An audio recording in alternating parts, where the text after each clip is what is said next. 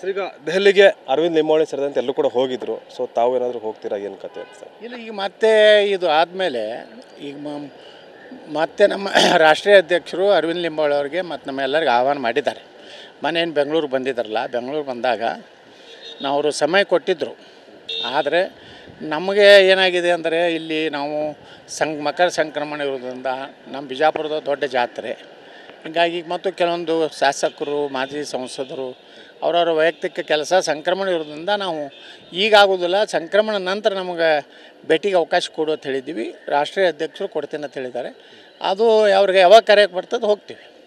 ಈಗ ಕಾಂಗ್ರೆಸ್ ಪಕ್ಷದಲ್ಲಿ ಸಾಲಾಗಿ ಡಿನ್ನರ್ ಮೀಟಿಂಗ್ ನಡೀತಾ ಇದೆ. ಈಗ ಮೊದಲನೇ ಹಂತದಲ್ಲಿ ಸತೀಶ್ ಜಾರಕಿಹೊಳಿ ಮನೆಯಲ್ಲಿ ಆಯಿತು, ಮತ್ತು ಈಗ ಪರಮೇಶ್ವರ್ ಕೂಡ ಒಂದು ಸಭೆಯನ್ನು ಕರೆದಿರು. ಅದೀಗ ಕಾರಣಾಂತರಗಳಿಂದ ರದ್ದಾಗಿದೆ. ಒಂದು ಕಾಂಗ್ರೆಸ್ನ ICC ನಾಯಕರು ಕೂಡ ಒಂದು ಸಭೆ ನಡೆಸಬಾರ್ದು ಅಂತ ತಾಕೀದನ್ನು ಕೂಡ ಮಾಡಿದ್ದಾರೆ. ಬೆಳವಣಿಗೆಯಲ್ಲಿ ಗಮನಿಸಿ ಏನು ಹೇಳ್ತೀರಿ ಸರ್ ತಾವು ಅಂತ? ನೋಡಿ ಪಾಪ SC ST ಜನಾಂಗದವರು ಡಿನ್ನರ್ ಮಾಡ್ಲಿಕ್ಕೂ ಕಾಂಗ್ರೆಸ್ನವ್ರು ಬಿಡ್ತಾಯಿಲ್ಲ. ಪಾಪ ಅವ್ರ ಕಷ್ಟ ಸುಖ ಹಂಚ್ಕೋಬೇಕು. ಏನಾಗ್ತಾಯಿದೆ, ಸಿದ್ದರಾಮಯ್ಯನವ್ರ ನಂತರ ನಮ್ಮ ಭವಿಷ್ಯ ಏನು, ಸಿದ್ದರಾಮಯ್ಯವ್ರ ನಂತರ ಬರುವಂತಹ ವ್ಯಕ್ತಿ ಮಹಾಭ್ರಷ್ಟ ಬಂದರೆ ಹೆಂಗೆ ಅನ್ನುವಂಥ ಭಯ ಅವರಿಗಿದೆ.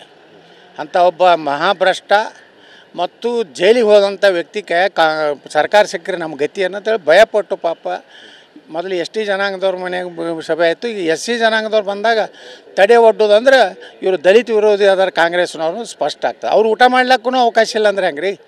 ಪಾಪ ಅವರೆಲ್ಲ ಕೂಡಿ ಕಷ್ಟ ಸುಖ ವಿಚಾರ ಮಾಡಬೇಕಾಗ್ತದೆ.